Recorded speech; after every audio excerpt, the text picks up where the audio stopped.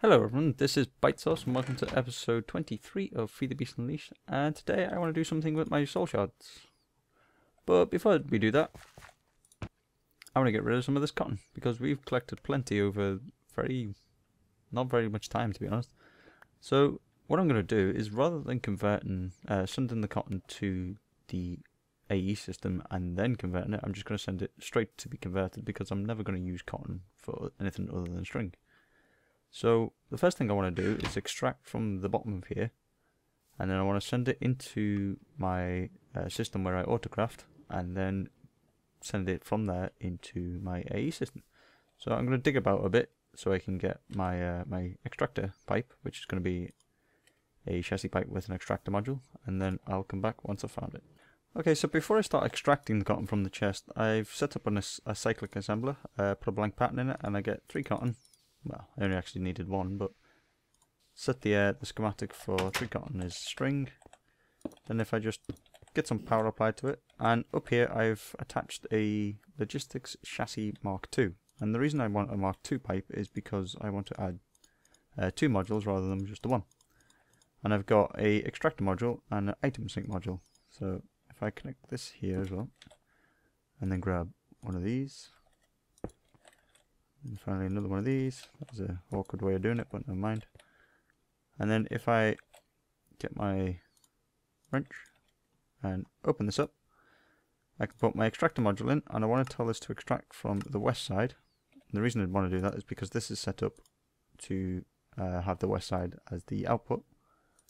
And then I also want to add a item sync module, and I want to tell it to send every bit of cotton we've got this direction. So that way it will, rather than going to the default route, it should send it all into here, which means it will stay in here and then get crafted. So there we go, that's basically that done. Now all I need to do then is extract it from the chest, which I've put a little marker up there so I can aim for it, and then it should all work fine. So my chest is actually just here, which is pretty convenient. So if I just turn this on quickly, go down a bit. There you go.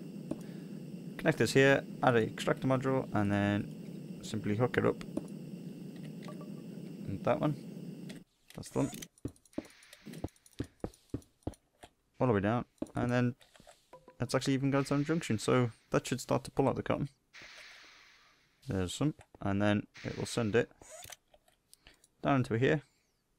And then once it's got 3, it will craft it up. It shouldn't take too long. Go on, one more. And the final one. There we go. Crafts the string, pulls it out, sends it down, and that goes into the default route. So there's that sorted.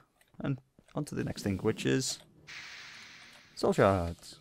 Now, as I quickly explained last time, Soul Shards, when you attack something, they will lock to the mob that you kill. So luckily it's just turned night. So if I kill the skeleton with the Soul Shard on my health bar, there we go. Then this will become a tier 0 skeleton shard. Now a tier 0 won't actually do anything because well, there's no tier to it. But what I'm actually going to do is I'm going to go to the Twilight Forest and try and find skeleton spawns. So I'm going to grab some stuff because my portal broke, and I'm going to fix that and then go to the Twilight Forest. So I'm in my first hollow hill that I found, and I've got a skeleton spawn in front of me, and I've got my tier 0 shard. Now, normally what you would do is kill skeletons, and you have to kill 64 for tier 1, 128 for tier 2, so on and so on. And the final tier is tier 5, which takes 1024 kills, and I don't want to kill that many things. But if you find spawners like this, right click them, you get 200 kills. Now I've killed an extra skeleton on top of that, so each spawner you kill or break, when you right click it, you will get an extra 200 kills. So all I need to do is actually find 5 spawners, which should be reasonably easy in the Twilight Forest because they occur in most of the event things that are on the map. So I brought my map with me, and I'm going to go find some more. Spawner number 2. That's 409. Cool, I'm going to keep going. So I didn't have a great deal of luck finding these in Hollow Hills, but I have found 4 of the 5 in these towers. So I've actually got one here. Ta-da, which brings me to 834, and I've got another one. Yeah. Which brings me all the way to 1024. Right, I'm going to go back home now. So I'm on top of my my rubber trees, just because I want to show you something. And what the different tiers of soul shards do is, rather than just increasing the rate at which they spawn, which it does do, they also gain a couple of abilities. Now, at tier 4, you get the ability to be able to bring, say, a nether mob, like blazes, into the overworld, and they will still spawn, which they wouldn't normally do.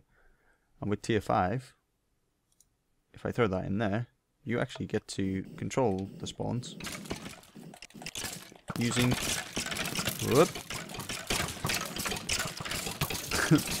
a redstone signal. So, yeah. That's part of the reason I wanted to go to tier 5. So, whenever I don't want to, don't want the mobs to spawn, I can simply turn it off with a redstone signal, and they'll stop spawning. Right, I'm going to build a bit of a mob spawner, just off this direction over here, and I'll come back once I've done it, and I'll show you what it's going to do. So I started to build stuff, and I got really annoyed listening to that all the time. So what I'm going to do is dig down here, and then throw down this block here, which is a sound muffler. If I put it here, it will instantly reduce all the noise made by entities, i.e. cows, within, I'm tempted to say 8 blocks. So I think it's a 16 radius or a 17 radius, and that way I can get on with my work in a bit of peace and quiet. So I'm going to keep building it. Back in a bit. Okay, so this is it. It's just a big square basically, but I've got some conveyor belts that will eventually push all the skeletons inwards to the center, and they will land in this little tiny room, and obviously this will be sealed off. Now, to go into this little tiny room, I've made 3 grinders. I want one there, one there, and one there. There you go. Easy. And then each of these grinders is going to have to be connected to power liquiducts to remove any mob essence, and it's also going to receive items as well. So I've got some tesseracts to go above each of the grinders. So I'm just going to add them now. And then what I want to do is dig down underneath, and that way I can attach the energy tesseract, which is going to provide the power, and the liquiduct. So I'm basically going to connect the liquiducts over to this tank for the time being, because I don't really I haven't got a use as of yet. Well, I will hopefully soon for the mob essence. So I'm just going to send it into that tank, and then we can see it working. So back in a bit once I've done that. I've got a wireless receiver, and if I throw this down here, shift wrench, there we go, spin it around, we'll set this value to say 10, and we'll put it on mob farm. Set name, there we go, and then we can cover this up. Jump back down here, and then if we just add this one to the wall, spin it around, in fact we'll put it one further up, and then we got a lever. Set this to 10. Oop. That's not what I want to do. Mob farm. Set name. There you go. And then when I flick this, if I look up here, that one illuminates. Oop, fell down here. So that's basically everything set up. I've got my power set up. I've got my liquiducts attached to the thing. All I need to do now is click this, set it to the main power. These should quickly build with power. They're all starting to spin. And then if I just cover this over and fill this back in, then everything's set up. All I need to do is basically add the shard, if I can remember which one it is. There we go. Add the shard to the cage, and they will start to spawn. Now, you can test this, I suppose. There you go. Now hopefully we'll get another one of these. And then nothing's spawning because the redstone signal's on. As soon as I turn it off, mobs start to spawn, get pushed straight down, and then they're getting ground up once the idle time's gone. And then they start to get killed. Simple. And we're very quickly gathering mob essence. So we're about halfway full now. I'm pretty sure we will increase the speed of this. There we go, it's going up already. Like quite a lot. So yeah, now I need to do something with the items, so I'm gonna grab some other things and then I'll come back with that. So I've got my mob farm running. I've just turned it on for a bit while I gather some items for this thing, and I've set all the tesseracts to 10, same as the other thing. Set the frequency, and I'm going to set this to receive only. Now this should start to put items into this chest. This is just a temporary chest, and all it's there to do is to gather items that I'm eventually going to filter with this. Now, to be honest, the only thing I really want to keep is bones, so that means arrows and bows I'm going to avoid. So I'm going to set it, eventually remove this, and put a gold pipe here, and then it's going to go up into this filter here. Bones are going to go to white, which will enter the system, and everything else will basically go into the void pipe. So, ooh, some armor, nice. Don't want this either, to be honest, but I'm going to let it run for a bit so it gathers a few bows up or whatever, and then I'm going to set up the filters to check it all works properly. I'll come back then. Okay, so rather than actually setting the filters for, say, the blue one to go this way, I'm actually just going to set the white one to have bones, and then that means if it isn't a bone, it won't go that way. So it'll be forced down into the void pipe. And that way it should get rid of all of this junk, because I don't want this many enchanted bows, nor this much enchanted armor. So what I need to do is at this here, and then eventually we should see items going up, and some getting void, and the bones going this way.